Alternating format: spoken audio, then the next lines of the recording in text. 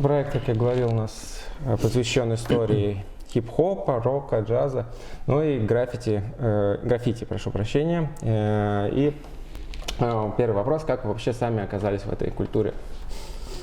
Я учился где-то наверное, заканчивал художественное училище, то есть 3-4 курс, когда мне попались там пару первых номеров Urban Roots, того же Саши Стена, который был редактором, и как бы полностью он его создавал и выпускал.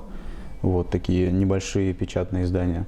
Увидел граффити, до этого, может, в детстве видел там по телевизору, в программе «До 16 и старше», например, вот это все.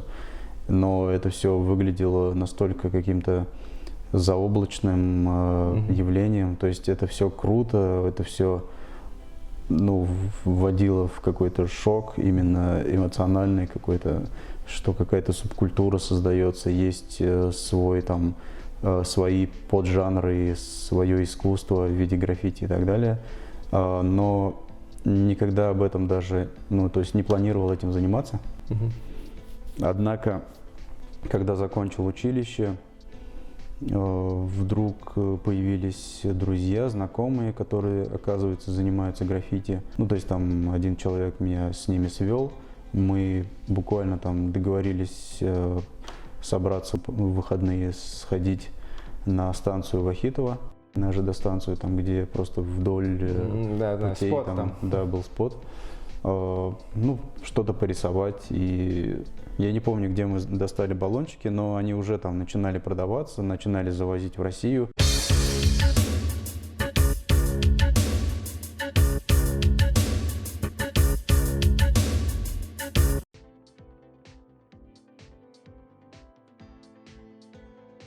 То есть первая самая работа, там проблем с краской уже не было, когда начинали? Да? Нет, в мое время, когда я начинал, уже, в принципе, проблема с краской решалась. Это не то поколение старше, когда они там автоэмалями какие-то сами делали насадки, кэпы и там вот это вот все. То есть, работали. Да, там замораживали какие-то иголки от шприцов там всовывали и все такое. У нас все было уже как-то почти на все готовое. Мы пришли, в том числе, когда я работал учителем в школе, меня поддержали с идеей проводить мастер-классы по граффити, и я за счет школы покупал эти баллоны и потом сам использовал еще остатки. В какой момент для вас начало делиться граффити и паблик-арт, потому что вы начали уже такие серьезные работы делать? Это тоже буквально там в течение нескольких, 2 лет, наверное, первых, стал появляться мурализм. Вообще интернет очень сильно помогал тем, что ты видишь, что творится во всем мире, и весь мир именно уличного искусства, если так называть, он не останавливался только на граффити, а дальше шел, и появлялись какие-нибудь художники, особенно молодые, которые даже не имея бэкграунд граффити, они там из живописи, такой прямо станковой, начинали просто рисовать эту же самую живопись просто на стенах, на больших. И так зарождался мурализм, который меня больше как-то завлек, заинтересовал, потому что, имея за плечами там, образование художественного училища, вот этот весь опыт визуальной там, живописи, там, классического искусства, больше хотелось именно в этот вектор перейти.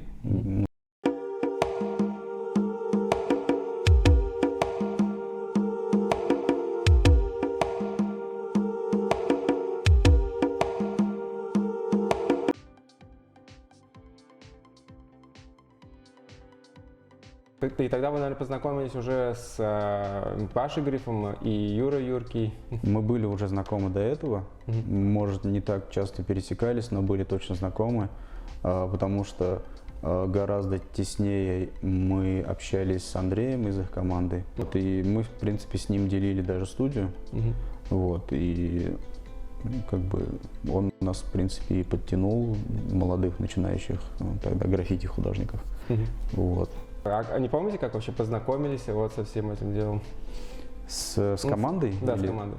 Был магазин в Паркхаусе, какой-то первый, наверное, андеграунд магазин, такой прямо субкультурный, там рюкзаки, и, в общем, вся одежда. И продавцом, консультантом там был Денис Упс или Денис Ивискас. Тоже меня с ним один товарищ познакомил, и мы как раз пришли туда с ним пообщаться. И там, в этом, ну, параллельно с разговором, он нам говорит: вот этот чувак, который здесь ходит, ну там просто смотрит вещи, это, говорит, Андрей Андреас. Это, говорит, типа легенда казанского граффити. Вот, и мы такие на него посмотрели, такие вау. А потом уже, я не помню где, мы познакомились с Андреем, по-моему, мы всего над двумя работали «Ночь музеев» в ГСИ. И туда как-то он тоже подал свои работы, выставил на «Ночь музеев». Там же, наверное, мы с ним так более близко познакомились и начали уже сотрудничать, снимать студию вместе и там какие-то работки, может, даже вместе выполнять. С Димой мы были знакомы еще до этого. Да, нас познакомил Игорь Игоу. Летом, возможно, в этом же году, мы стали вместе рисовать в Казани, в Камских полянах, на атомной станции, на заброшенной. И туда же, как своих друзей, он привез с собой двух Диманов. Это команда Double D, с которой как раз Дмитрий Кудинов. Там уже мы как-то теснее стали общаться. Но, по-моему, я их видел, встречал уже на фестивале Sneakers Urbania. А если забыть свое имя, порвать телефонную сеть?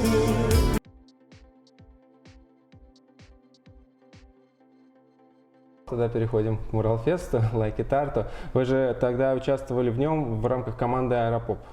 Да. Им выдали стенку, они пригласили еще там нас, как молодых, там, ну, какую-то команду создали из там 6-7 человек. И мы вот в конце или в начале Булака там рисовали под Кремлем. Ну, такая масштабная была работа, диорама, причем, наверное, редкое явление среди граффити. Так, ну и в 2012 году, когда вот вы участвовали, вы, кроме того, что сами рисовали, посмотрели на работы других художников, что они творят, там же такой очень большой опыт, по-моему, в этом плане фестиваль-то был. На Like It Art? Конечно, вообще этот фестиваль очень сильно впечатлил. Я просто ходил, особенно по тем художникам, за которыми уже следил там в интернете. Мы приходили туда и просто с открытыми ртами вот за этим всем наблюдали, как там и там Крю на 9-этажке рисует, Марат Морик с Бергером тоже, там Пиксель Панчо. Ну вот эти, наверное, 4 фасада, они были знаковые. Ну они до сих пор. Ну да, на Абсалямова или где-то. Да, на Абсалямова Ударенко. Да, вот, то есть они, наверное, самые такие знаковые из всего фестиваля. И сгруппированные вместе, и масштабные, и имена там прямо самые такие хорошие, интересные. Ну, мне лично по творчеству более близкие. А вы за ним следили? То есть еще до фестиваля? Да, и там Крю я уже знал.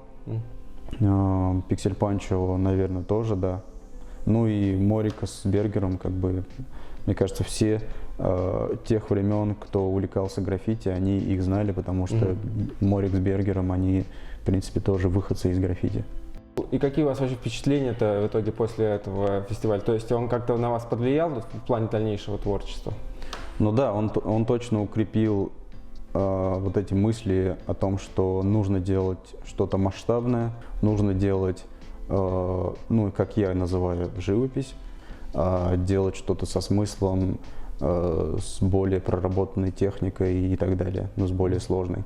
То есть были такие первые опыты, практики, когда я это все делал сам, как бы все самостоятельно делал. В том числе однажды я съездил к другу Славе Мофу в Пермь, и мы там сделали двухэтажку уже, там пользуясь лестницами, стремянками, ну то есть на фасаде там двухэтажного дома, ну, какого-то здания.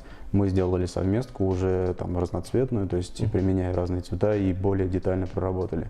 И это, ну вот, это, наверное, работа такая более знаковая получилась, потому что ее я уже показывал там ну, то есть прикреплял к разным заявкам на фестивали тех времен, ну, российских, что вот такое есть у меня, как бы, то есть в портфолио уже это вошло, эта работа. И вы начали ездить по различным фестивалям? Я начал, во-первых, самостоятельно, потому что, ну, никто же сразу тебя не приглашает. Наверное, в этом же году я просто стал... В общем, я увидел видео испанца Ариза, который, ну, у него история такая, что он сломал палец указательный, которым как раз-таки люди рисуют баллончиком. То есть ты нажимаешь. Да, и этот период он начал рисовать валиком, длинной палкой, и там просто достигал, наверное, с пола там, ну, удлиненной палкой, то есть привязанный много-много палок, делал чуть ли не 2-3-этажные фасады. Вот. Не совсем аккуратно, но круто. То есть это уже бомбило в те времена, это было что-то новое. Это очень сильно отличалось, и такой был у него свой стиль зарождался. Вот. И мне кажется, многие этого насмотрелись, в том числе и я. И я просто, когда был на каникулах у родителей на той же заброшке атомной, купил буквально белую и черную краску, вроде бы даже эмаль,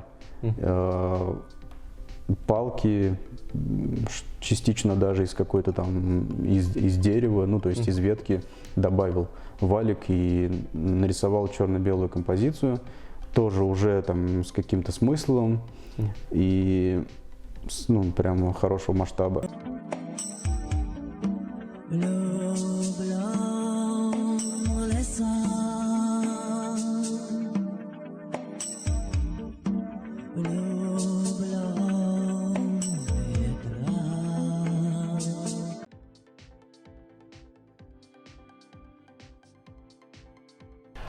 Кстати, про вас говорят, что вы единственный художник из Казани, чьи работы есть на всех континентах. Это получилось целенаправленно или из-за того, что просто много работали, то есть и поэтому получился такой большой охват? Не было такой цели. Во-первых, это неправильно, я не был на всех континентах, я точно не был в Африке, вот. Но там в Евразии, Австралии, Новой Зеландии, Южной Америке, я был. Вот. То есть осталась Африка. Ну, осталась Африка. Но это ведь не цель, там, как бы, вот там какие-то галочки поставить. Тем более я там не все страны объехал.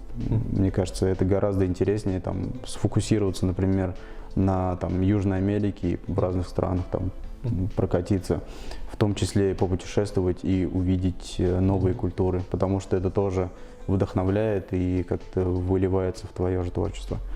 Вот. Не знаю, наверное, удачно сел в какой-то вагон вот этого начинающего, как раз начинающей волны мурализма, и один из тех, кто из России стал кататься, ну, один из первых, кто стал кататься за рубеж на разные фестивали. Так как, ну, такой большой охват, можете сказать, насколько отличается восприятие мюралов и граффити за рубежом и у нас? Восприятие публики? Да. Но публика, конечно, больше открыта на Западе. То есть, не знаю, мне кажется, везде, где я был, помимо России, везде публика открытая.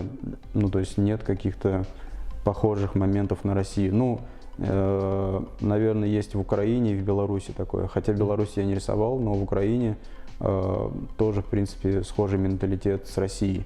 И народ у нас и там в основном лучше бы там отремонтировали дороги, чем вот это рисовать. Или к тебе подходят и говорят, там, нарисуй лучше смешариков и вот это вот все.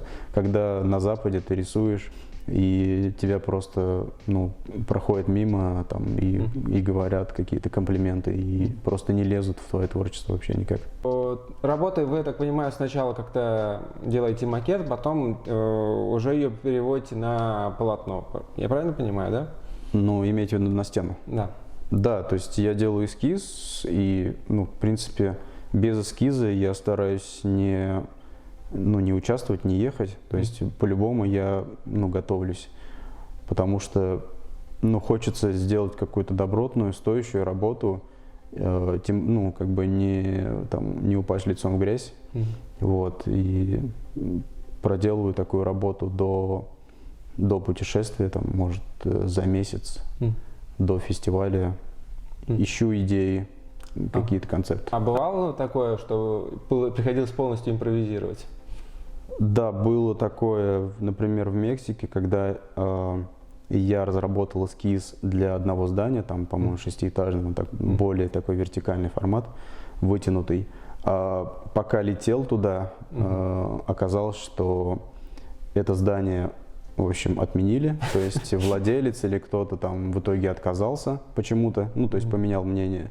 И мы там потратили дня 3, ну, как бы просто ничего не делали и просто искали стены, и мне предлагали какие-то заборы, одноэтажки и все такое, от которых я отказывался. И вот дней через 3 уже, ну, так посчастливилось, что там познакомились, ну, организатор фестиваля познакомился с владельцем мола, который сказал, просто любую часть этого мола можете там расписывать.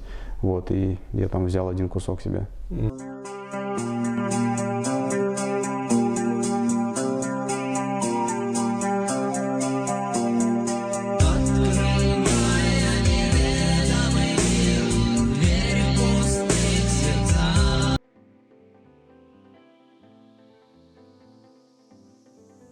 Если говорить о работе на Завойского, там, ну, это же был как бы заказ, и они озвучили там 4 или 5 тем примерно, ну, там что-то свое, какие-то мысли, не прямо там железно, только так нарисуй, но вот примерно тебе для вдохновения.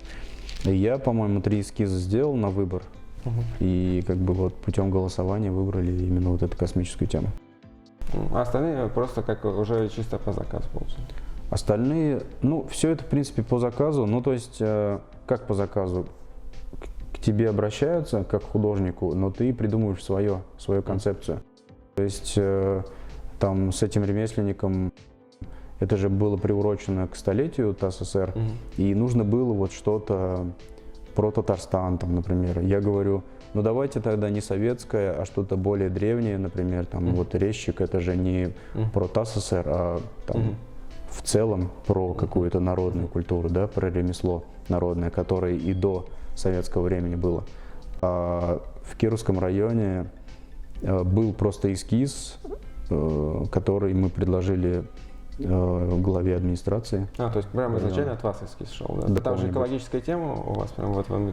Да, но эта стена уже давно как бы требовала, ну, то есть они давно искали художника и обращались к разным уже художникам.